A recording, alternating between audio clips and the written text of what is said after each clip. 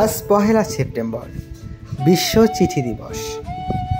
একসময় ভালোবাসা, আবেগ, স্মৃতি আর অপেক্ষার সবচেয়ে মধুর বাহন ছিল একটি চিঠি। ডাকপিয়নের সাইকেলের ঘণ্টার শব্দ মানেই ছিল কারো জীবনের আনন্দের বার্তা, কারো জন্য প্রিয়জনের খোঁজ খবর, আবার কখনো গোপন প্রেমপত্র। চিঠির ভাঁজে লুকিয়ে থাকতো হৃদয়ের গভীরতম অনুভূতি, কিন্তু কলমের কালি আর সাদা কাগজে হয়ে উঠত অমর স্মৃতি।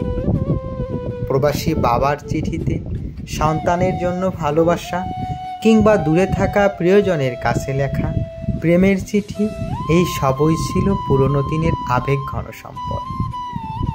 প্রযুক্তির এই যুগে মোবাইল ফোন, ইমেইল কিংবা সামাজিক যোগাযোগ মাধ্যম আমাদের হাতের মুঠোয় বার্তা পৌঁছে দেয়, কিন্তু সেই চিঠির কালি, শুকিয়ে যাওয়ার গন্ধ, খামে লেগে থাকা প্রিয়জনের স্পর্শ কিংবা চিঠি হাতে পাওয়ার অপেক্ষার আনন্দ, এই সবই এখন শুধু স্মৃতির পাতায়।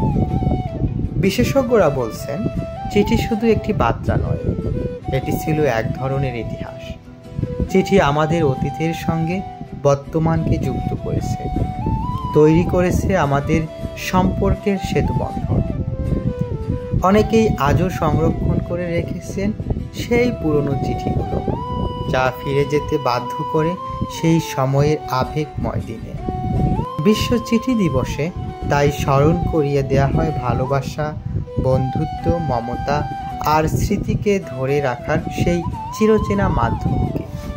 হয়তো সময় বদলেছে, যোগাযোগের পদ্ধতি বদলেছে, কিন্তু চিঠির আবেগ আজও অম্লান।